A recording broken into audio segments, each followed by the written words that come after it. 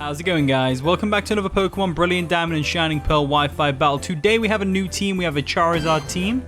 If you want to battle me, join the Discord server in the description, and please like and subscribe for more videos like this one. With that being said, let's find ourselves a game.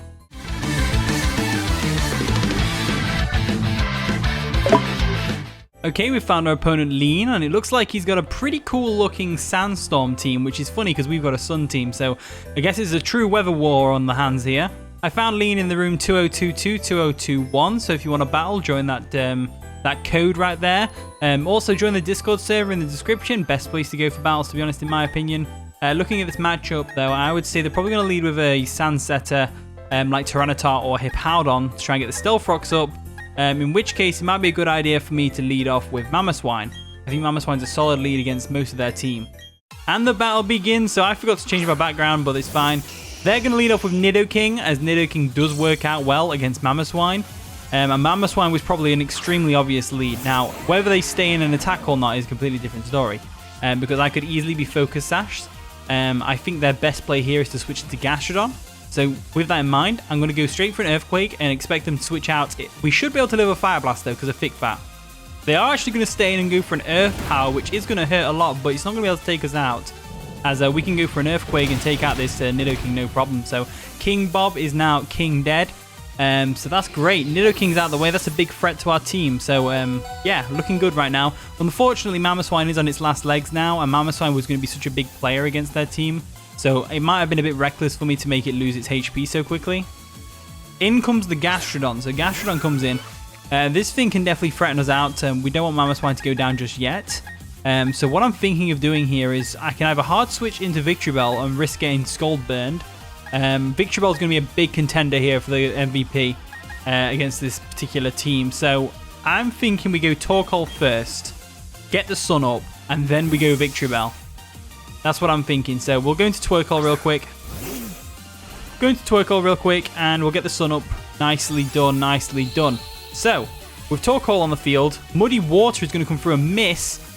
Damn, that has not worked out for our opponent at all. So we could easily go for a Solar Beam here. They probably know that. They will likely switch into Hippowdon or the Tyranitar.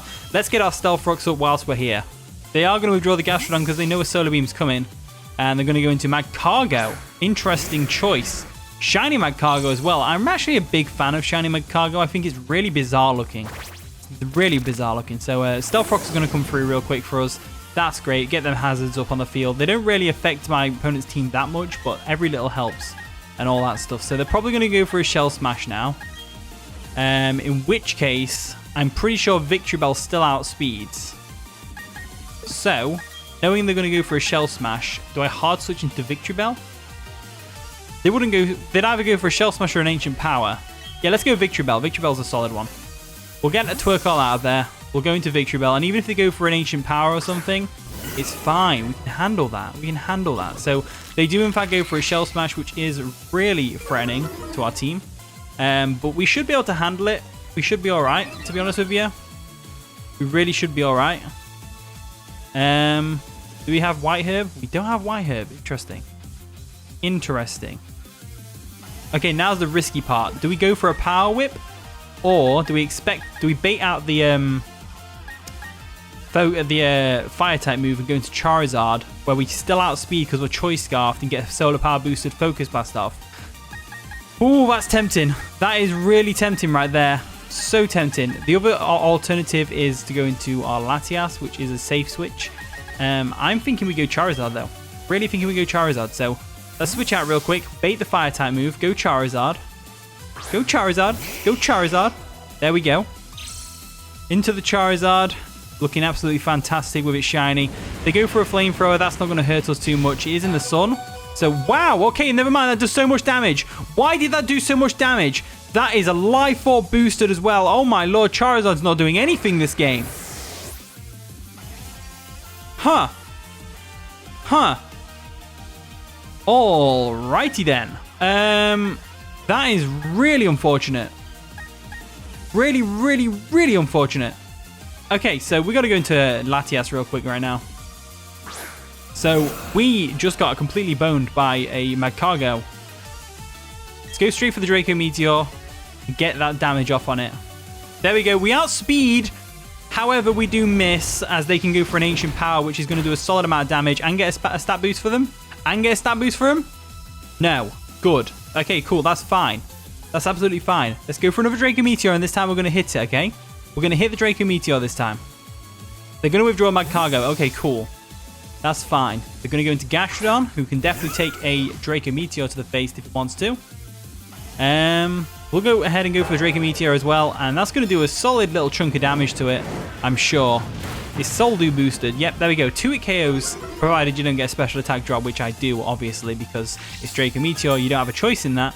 It's not RNG, it's just fact. Anyway, Gastrodon's in.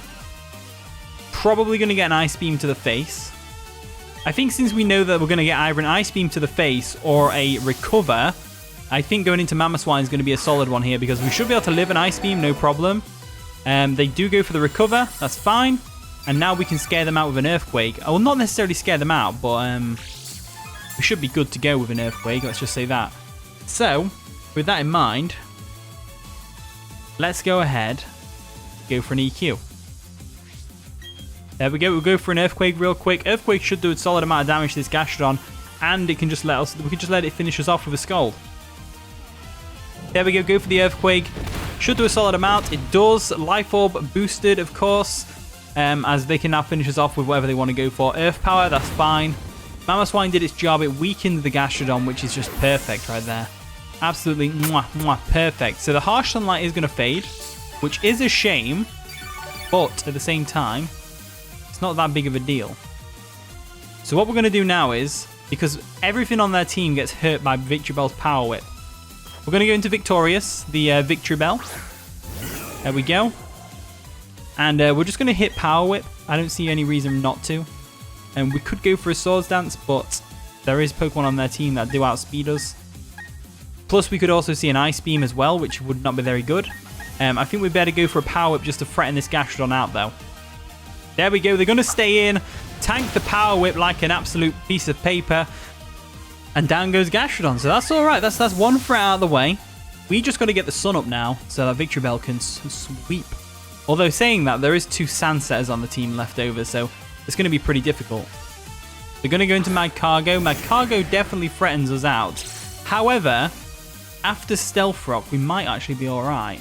Stealth Rock's going to dig in. I'm pretty sure that's in Power Whip range. I don't know about you guys, but I'm pretty sure that's in Power Whip range, provided we can hit Power Whip. So it's a risk. But is it a risk we're going to take? No, I'm going to make the call. I'm going to go into Latias. I want to save Victreebel for a bit later, because in the sun it's going to be a menace to my opponent's team.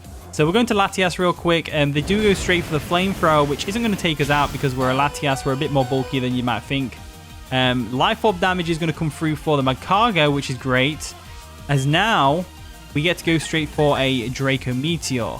Draco Meteor will definitely finish off the Mad Cargo. If they bring in Tyranitar, it should still do a decent chunk, but they're not going to do that. They're going to stay in with Mad Cargo and get completely annihilated by the Draco Meteor. So that's one threat out of the way. I say threat, it's a Mad Cargo. Mad Cargo proved to be quite powerful. I mean, that Flamethrower nearly one-shot my Charizard, which is crazy. I know it was in the sun, I know it was Shell Smash boosted, and I know it was Life Orb boosted, but still.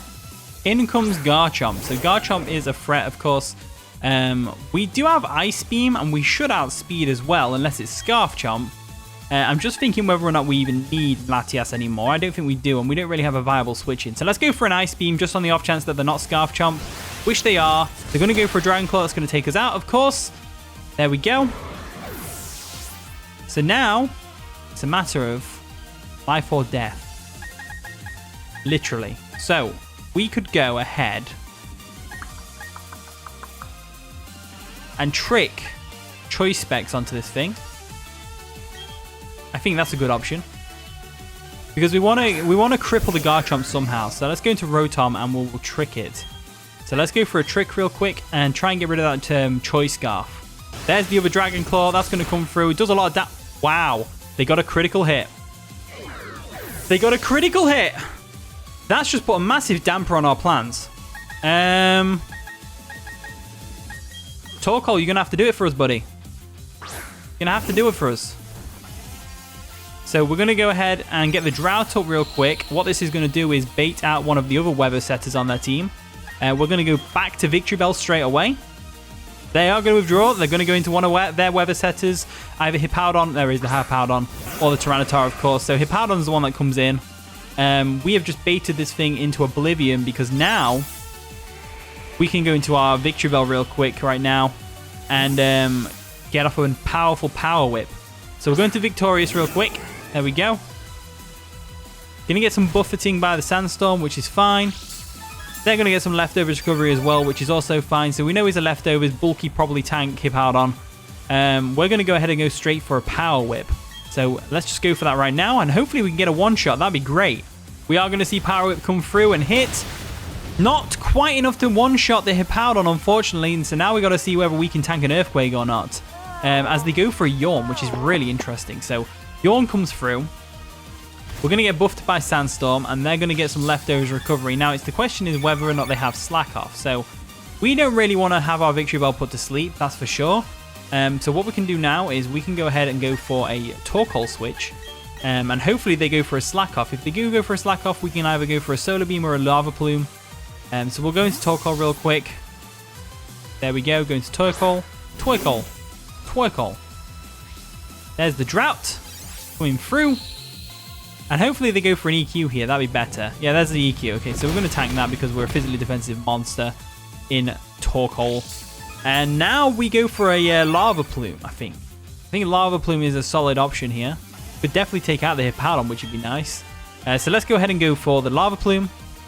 They go for another Earthquake. That's going to do a lot of damage to us. It's not going to take us out, though, because we are a Torkoal. We're quite bulky. Let's go for this Lava Plume. Let's see what kind of damage we're dealing here. Enough to KO, which is just enough for me. As down goes the Hippowdon. 1, 2, 3. So, Torkoal is here. Hippowdon is there. We need to see how long this sun's going to last. Tyranitar comes in. Okay, that's just completely ruined it. So there's the shiny Tyranitar looking absolutely fantastic, by the way. I love how it's turned out. They get the Sandstream up, which is really unfortunate. Fully expecting a crunch.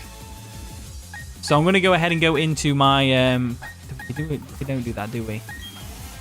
We don't do that, do we? We're going to have to go for a Yawn. Or something. They go for a crunch. That's going to take out our Torkoal, of course. Now, it really depends on what kind of set this Tyranitar is. We could potentially one-shot with the Power Whip. Considering it nearly one-shot Hippowdon. Hippowdon's a lot bulkier. I think, than Tyranitar is. So let's go for a Power Whip and hope we can actually get a KO on this Tyranitar. They are Choice Scarfed and are going to KO our Victreebel. So that is unfortunately going to be the game. We couldn't keep the sun up, unfortunately. They had 2 sand setters. We were always at a different disadvantage. I think we did pretty well considering that fact. So thank you very much for watching today's video. If you did enjoy, of course, leave a like, subscribe, all that wonderful stuff. And with that being said, I'll see you all in a bit.